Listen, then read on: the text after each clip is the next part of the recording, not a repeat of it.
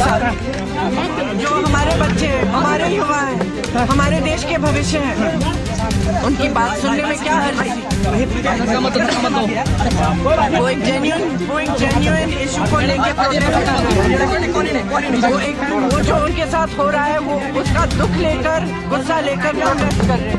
तो जो उनके रिप्रेजेंटेटिव्स हैं, हम सारे, हमारी जिम्मेदारी बनती है कि उनकी आवाज़ हम ऊंची करें और उनकी आवाज़ हम बुलंद करें और उनके सपोर्ट में हम खड़े हैं, क्योंकि उनके साथ जो कल हुआ वो एकदम गलत है। ये एक लोकतंत्र है, it's a democracy. In a democracy, right to protest, it's a fundamental right. Nobody has the right to protest.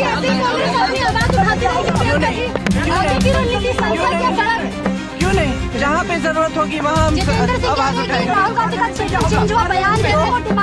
Demand उनका पहले कुछ और चाहिए था, फिर बोले कि रेजिग्नेशन चाहिए धर्मेंद्र प्रधान का, तो उनका डिमांड जो है वो बदला था प्रोटेस्ट के दौरान। पीएम बाहर प्रोटेस्ट कर रहे थे, गए वहाँ तो उन्होंने बोला कि उनका डिमांड पहले कुछ और था, फिर डिमांड चेंज हो गया। हमारी डिमांड बहुत स्पष्ट है और हम शुरू से ही डिमांड कर रहे हैं। जो एजुकेशन सिस्टम एकदम ब्रोकन है उसको हमें दुरुस्त करना है, उस सिस्टम को ठीक करना है। उसके लिए आप डिस्कशन करो। आप धर्मेंद्र प्रधान, आपको या तो मेरी बात सुननी है, धर्मेंद्र प्रधान जी को रिजाइन करना है। एक डिस्कशन होना चाहिए पार्लियामेंट, और जो स्टूडेंट्स प्रोटेस्ट कर रहे हैं उनकी सुनवाई होनी चाहिए।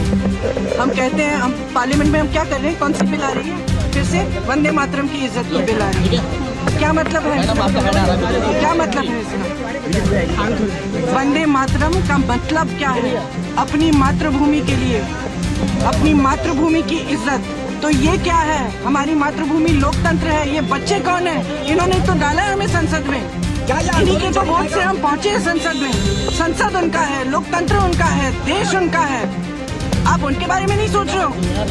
उनके लिए बिल क्यों नहीं आ रही है? एजुकेशन सिस्टम के ओवरहॉल के लिए, एजुकेशन सिस्टम में जो पैसे खर्च रहे हैं 1.4 लाख करोड़ रुपए, आपने कभी सोचा है अडानी और अंबानी के लोन कितने माफ हुए? 16 लाख करोड़ उनके लोन माफ हो रहे हैं। और एजुकेशन, पूरे देश के एजुकेशन में आप 1.4 लाख करोड़ डाल रहे हैं।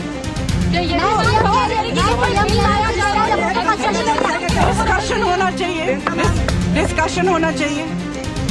जो स्टूडेंट्स कह रहे हैं उनकी सुनवाई होनी चाहिए, उन पर लाठियां नहीं बरसानी चाहिए, उन पर आंसू गैस नहीं डालना है। छोटी छोटी बच्चियां हॉस्पिटल में हैं, उनके पेरेंट्स की हालत देखिए। मैम, आम आदमी पार्टी और आप लोगों की जिम्मेदारी बनती है, आप लोगों की जिम्मेदारी बनती है कि आप स्टूडेंट्स की आवाज उठाएं, आप इस मुद्दे को उठाएं और आप देश को सच्चाई दिखाएं।